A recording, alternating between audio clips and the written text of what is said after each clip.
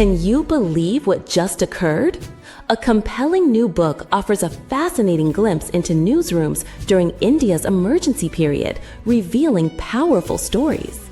P.K. Srinivasan's Midnight Knock explores the raw ambition and moral conflicts faced by journalists and activists resisting pressure.